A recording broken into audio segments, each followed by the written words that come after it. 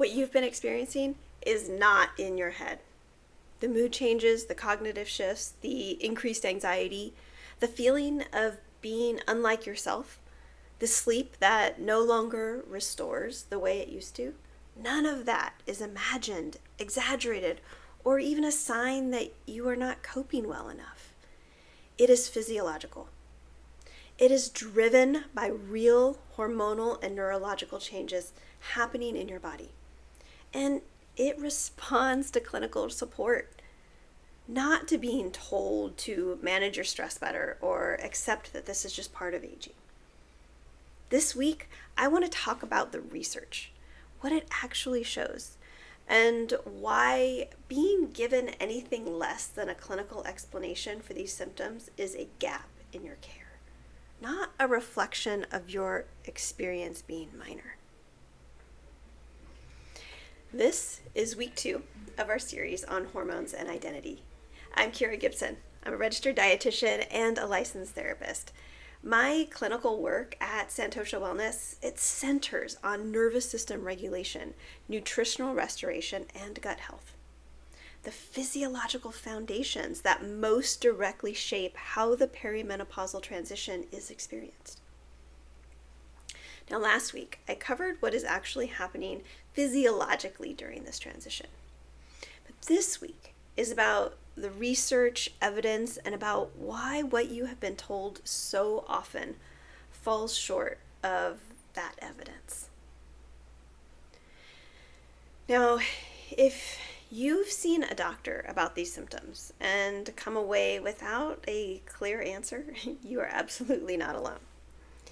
Research has found that many women see multiple practitioners before receiving an accurate explanation for what they are experiencing during perimenopause. The most common explanations offered are stress, anxiety, depression, or the general reassurance that, oh, this is just part of aging, you'll be fine, everybody does it. Here is why that happens.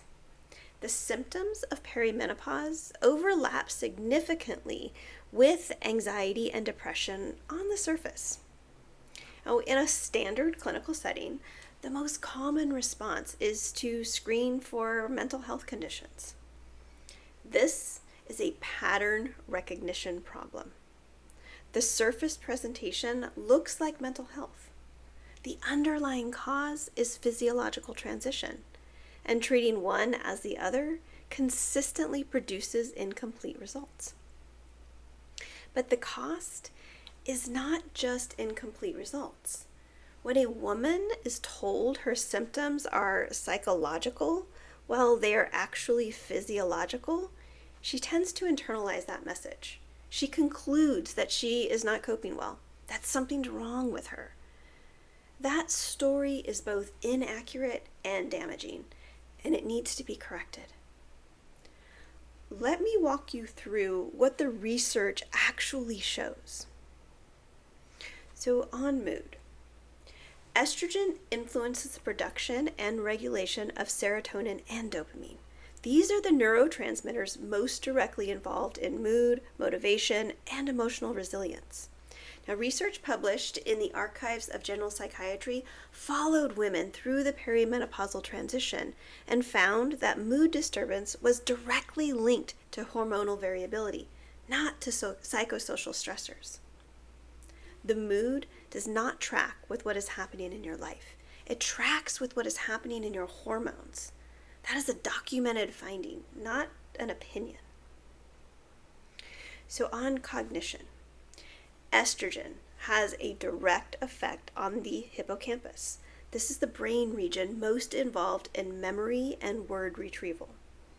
Research using neuroimaging has shown measurable changes in brain function during the menopausal transition.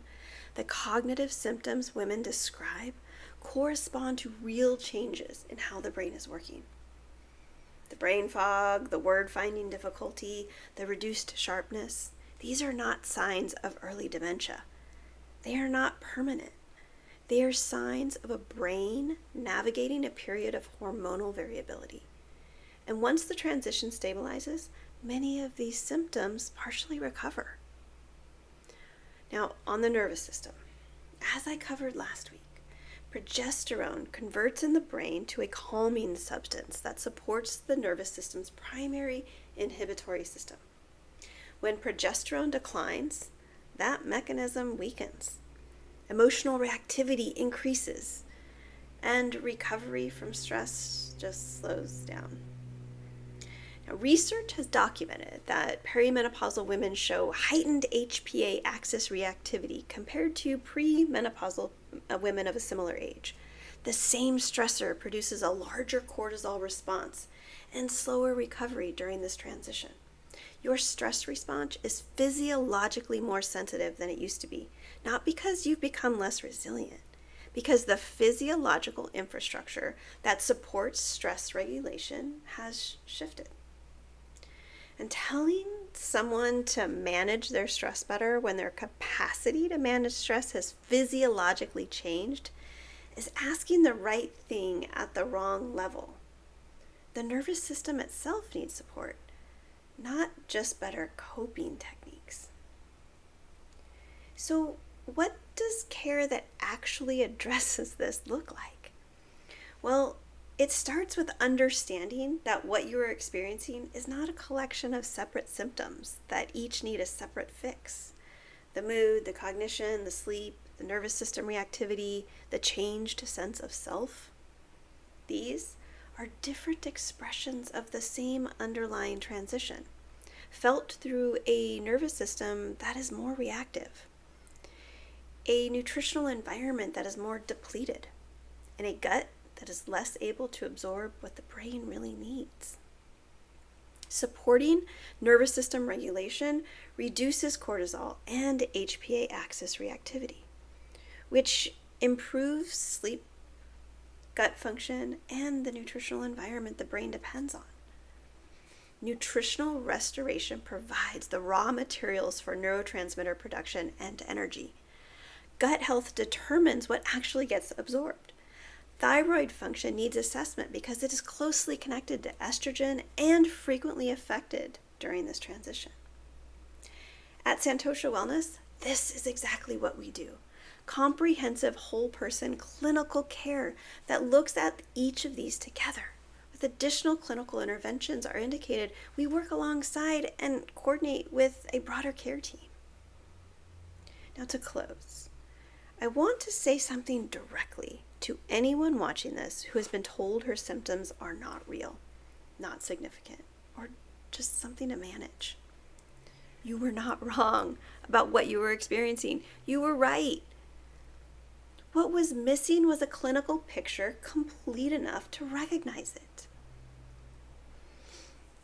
Now, next week, we go into what estrogen and progesterone actually do in the body, system by system.